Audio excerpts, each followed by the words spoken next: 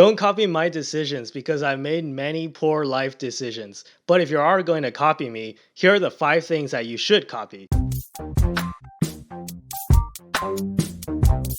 Hey guys, welcome back. So today we're talking about the 5 best financial decisions I've made in my life. So I made a previous video about 5 poor financial mistakes that I've made. That video did relatively well. So I'm going to make another video about the 5 best financial decisions that I've made and the things that I think that have gone right in terms of my finances. But before we jump in, you guys know what time it is? That's right. Quarantine memes. Let's go.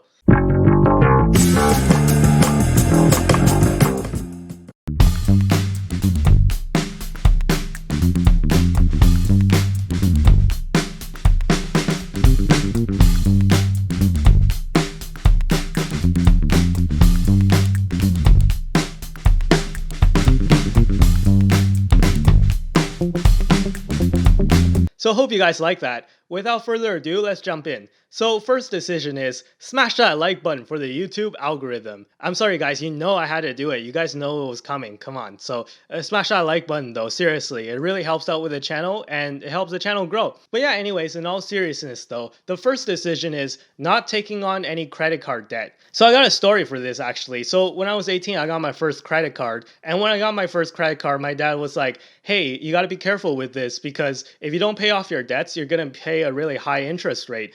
And I was like, what do you mean? And then he's like, well, if you spend your credit card and you don't pay it back, then you're going to get slapped with a 20% interest or even higher. And I was like, wait, why would I not pay it back? And then he's like, well, some people don't pay it back. And then I was like, well, if you don't pay it back, then you're going to get charged 20% interest. And that interest is, where's it going? Like, it's not going to anything valuable. And my dad was like, well, yeah, but some people choose to do that.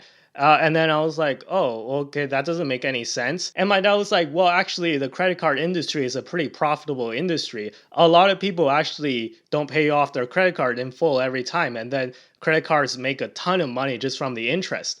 And I found that actually kind of hard to believe at first. I was like, how do credit cards even make money? I mean, they give out these rewards, which are just kind of like free things that they give you. And if you never pay interest on your credit card, then the credit card company just loses.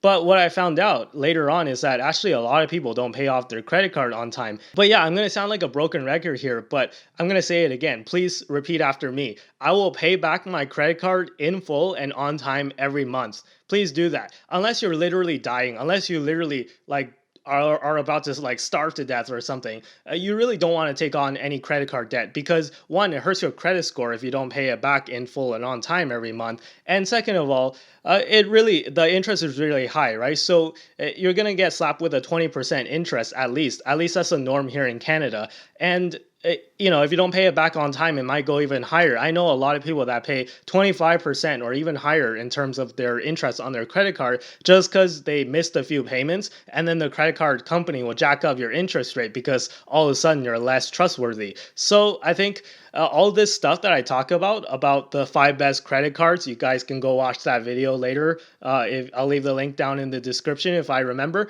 So yeah, you guys can watch that video. But all the stuff that I talk about with credit card rewards and all this stuff, all that stuff is absolutely useless if you guys don't pay back your credit card in full and on time every month, because the interest payment that you're going to be paying is going to absolutely wipe out every reward that you have. So again, I won't emphasize this any further because you guys are getting sick of it, but that's my first financial decision that I think is really good is I never actually taken on any credit card debt, and I always pay back my credit card in full on time every month ever since I was 18. Now let's move on to number 2. And number 2 is taking investing seriously. Now, the thing with this one is that I told you guys I started investing when I was 18, and that part is actually true. But what I didn't tell you is that I didn't really take it seriously until about maybe like 3 years ago. So I started investing when I was 18, but I only had like less than $1,000, and I just put it all into like 1 or 2 stocks, and then those stocks didn't really do that well. and then I lost a lot of money, and then I just kind of let it sat there for like a long time without actually touching it, and I didn't really contribute any more money until I started getting co-op jobs and I started having like actual income that I can put in. So yeah, anyways, I just left my investing portfolio stagnant for a long time, and it wasn't until quite recently that I actually took investing seriously. And when I did, and when I contributed a regular amount of money every month or every few months, and I just actually started researching stocks and started putting actual effort into finding good companies to invest in, I saw my net worth increase quite dramatically. So I think that that's a good financial decision. And if you're in a position right now, I know it's a tough time right now, and we're talking about a recession and the global economic slowdown, but if you're in a position where you're able to contribute some money into your investment portfolio, I think the earlier you start, the better, right? Never mind trying to achieve FIRE. Let's just say you're trying to retire at a regular age, at like 65 or something.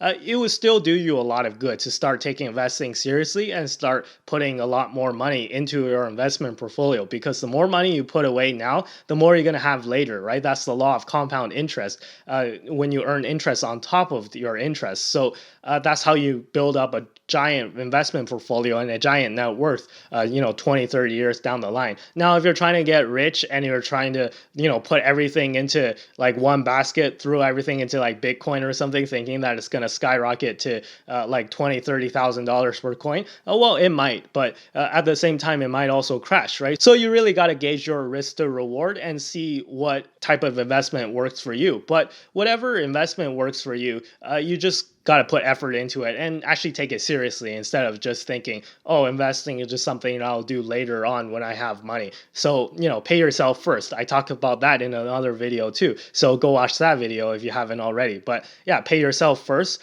When you get your paycheck, take a portion of that paycheck and invest it before you pay off all your bills or anything like that. So that's my recommendation, and that's what I've been doing personally. And I would say that that's one of my best financial decisions. Now let's move on to best decision number 3. So best decision number 3 is reading. Now I'm not just talking about reading financial related books, although that is a huge part of it, but I'm just talking about reading in general, right? So it is said that the famous Warren Buffett reads, I don't know, like 100 pages a day or something crazy like that. I don't remember the exact number, but he reads a lot, and he reads every day.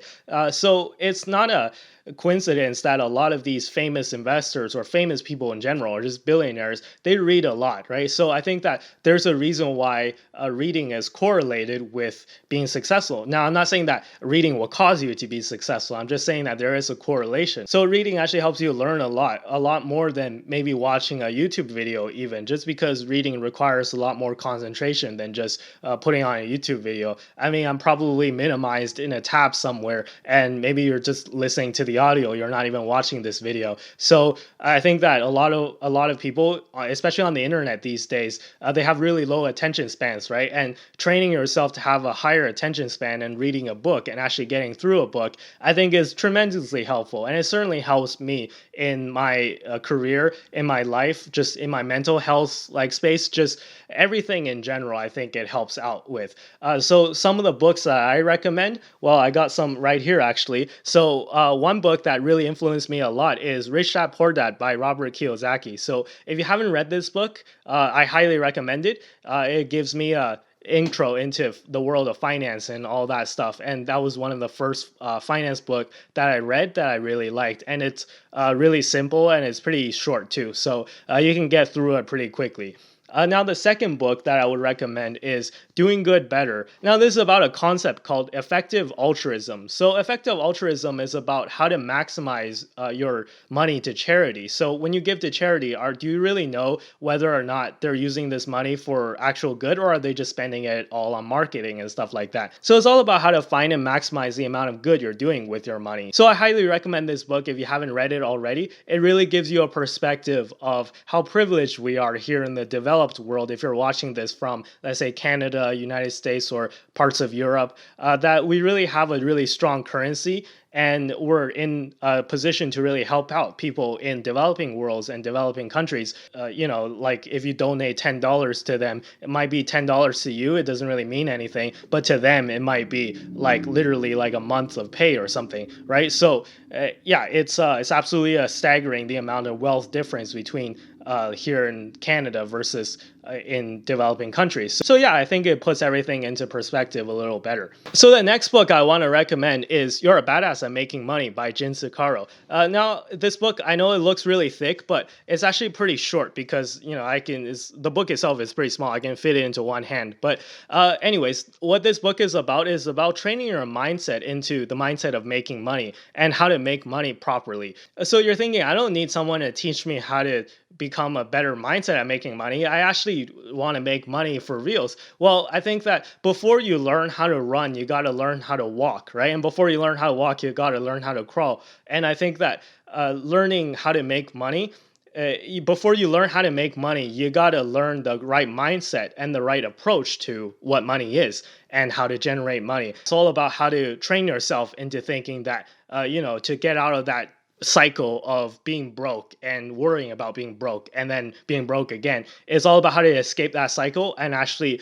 train your mind into thinking thinking like a rich person and becoming like a rich person in terms of your mindset. And it's a little bit complicated to explain. You got to read the book. Now, with those recommendations in mind, I can't help but giving myself a shameless plug here. So I do have a book myself called Financial Independence Theory, and all of the books I just talked about has heavily influenced my writing of Financial Independence Theory. So I'll leave a link down to all of those books, including my own book, down below in the description. So if you're interested, you can check some of those out. It's pretty interesting, and I really hope that you like my book if you decide to pick it up. But obviously, this is completely voluntary. If you decide to buy this book, great, it helps out with the channel. If not, never mind, forget I said this. Okay, so let's move on. Now, decision number 4 is investing in myself. Now, this one it could be anything, right? It could be going to school. It could be building a website. So lately, I just built a website. Everybody, you can go to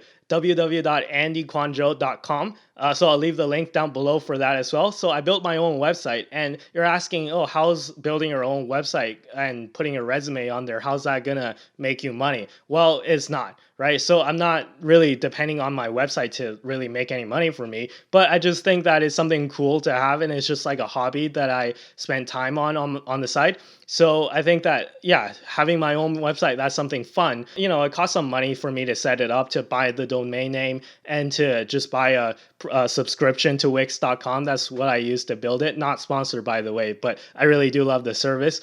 I use Wix.com to build it. It's pretty cool, and you guys can check it out if you want. And I just think that investing in myself and investing in my hobbies, that's something that's really worthwhile. And, if you have a little bit of extra money to toss around on your hobbies, maybe that's something that you want to consider yourself. And I would actually consider that a good financial decision. Now, finally, let's move on to financial decision number 5.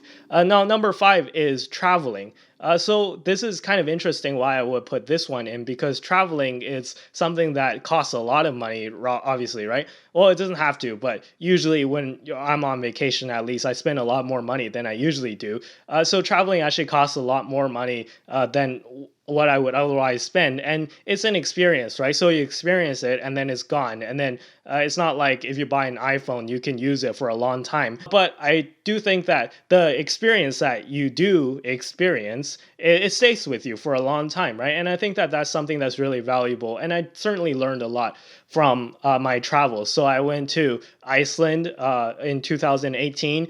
I traveled all over Canada. I went to the US a lot, obviously. I filmed the original intro to this channel in a hotel room in San Jose while I was on vacation in California. I think that those travels, I really learned a lot, and just gives me an experience that I think that you can't really replace, right? So one day I'm going to be old. One day I'm going to be like 60, 70 years old. And, I would regret it, I think, if I didn't spend my 20s and 30s just traveling around somewhat. And experiencing the world. So there you go. Those are my 5 best financial decisions. And if you have any financial decisions that you think that has changed your life in a dramatically positive way, be sure to leave it down in the comments below. I'll be sure to read them.